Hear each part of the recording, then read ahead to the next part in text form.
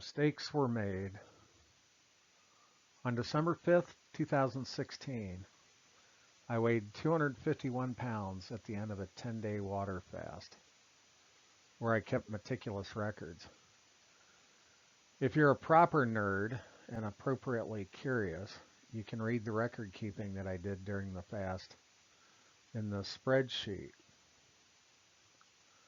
I rode my bicycle 99 miles during that 10-day fast, and it looks like I lost a total of 12 pounds.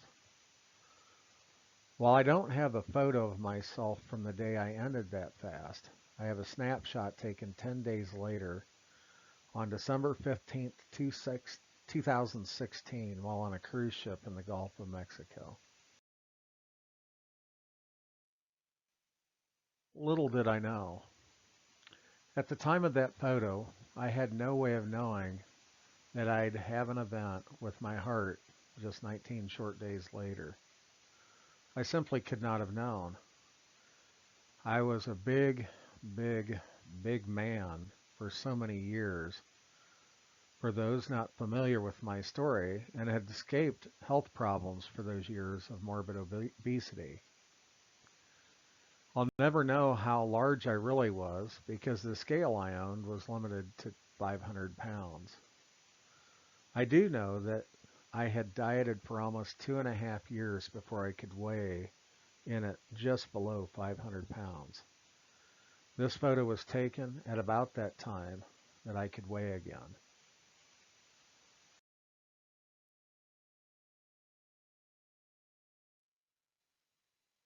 Years of mistakes. How does someone get that big?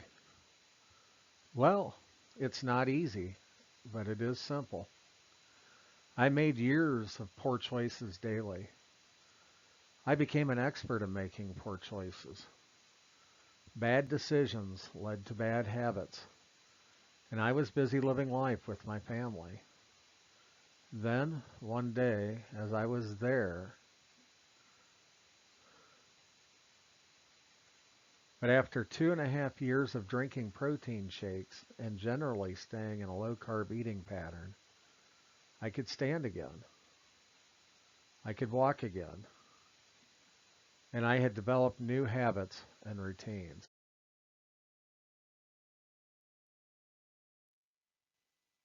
New mistakes. Once I dieted my way down to 450 pounds, I decided to ride my bicycle to improve my weight loss. I abandoned my low-carb lifestyle, went back to eating normally, and I rode my bike about 17,000 miles over the next 4 years. These two photos were taken, one at the beginning of my 17,000 mile journey and the second towards the end of that 17,000 mile journey.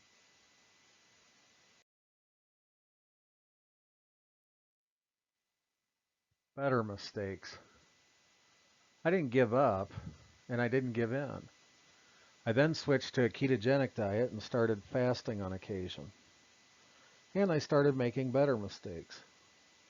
I developed new habits, continued riding, and went from roughly 380-ish pounds at the beginning of 2015 down to 251 pounds at the end of 2016. By that time, I had ridden approximately 24,000 miles on my bicycle and had lost at least 250 pounds, but probably closer to 300 pounds. But I was still heavy.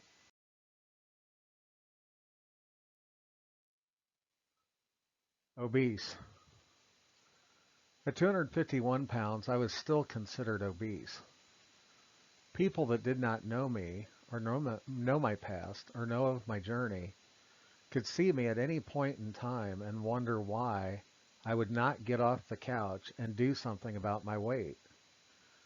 I had almost ridden the equivalent of one trip around the globe on my bicycle, but people could still wonder. I'm okay with that because I now understand that people judge the present because they don't see the past. Recalculating mistakes. The week of Christmas in 2016, I managed to develop pneumonia. While it wasn't apparent to me at the time, I ended up with a heart problem starting on January 3rd, 2017, due to that bout with pneumonia, and this led to a 14-month battle with heart failure. Rather than accept the cardiologist recommendations for ablations, pacemakers, and heart transplants, I chose to attempt to allow my body to heal itself. And I made mistakes in my calculations.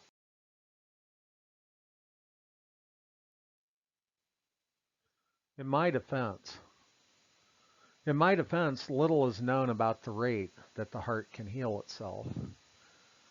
Most people are not dumb enough, or brave enough, or stubborn enough to try it. So it's not something that scientists study. I felt I was too young to begin a new history of heart problems and procedures.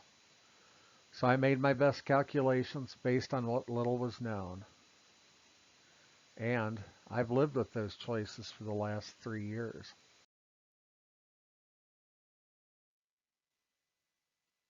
The big mistake.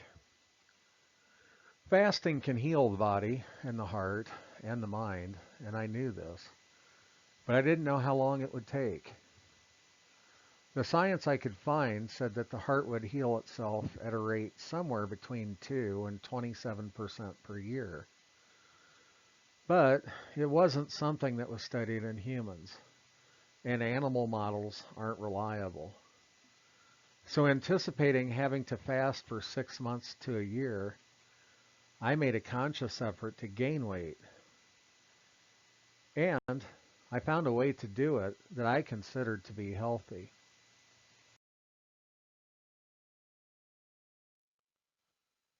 I was wrong. It turned out I was wrong. After learning more about the heart and learning how to measure improvements in the heart structure using blood testing, I found out that I could improve my condition by undergoing simple 18-hour to 5-day fast. You live and you learn by living. At the end of 14 months, my heart failure was gone. 8 short months later, my cardiologist examined me and said my heart was fine and nothing was wrong. I had gone from obese to morbidly obese again, but at least my heart was fine.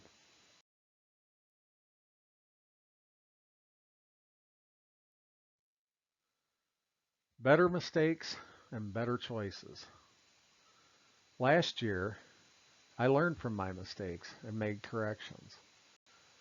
I managed to lose 40 pounds during the year of a pandemic while riding my office chair 10 hours per day. The rides weren't as glorious as those memories of miles that I have, but I have new scenes, new memories, and new mistakes to make each day that I live. I ended my year at 335 pounds, which puts me back solidly in the morbidly obese category.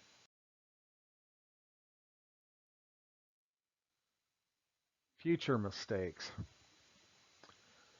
I'm going to make many mistakes this new year and probably make more poor choices. I'll learn from those mistakes and continue to improve. I'll continue to shrink and continue to grow. I hope to continue my path to serve as a better human. I've owned my mistakes, learned from them, made new mistakes, and kept on moving forward. And eventually, I may pass on, having made these many years of mistakes and poor choices.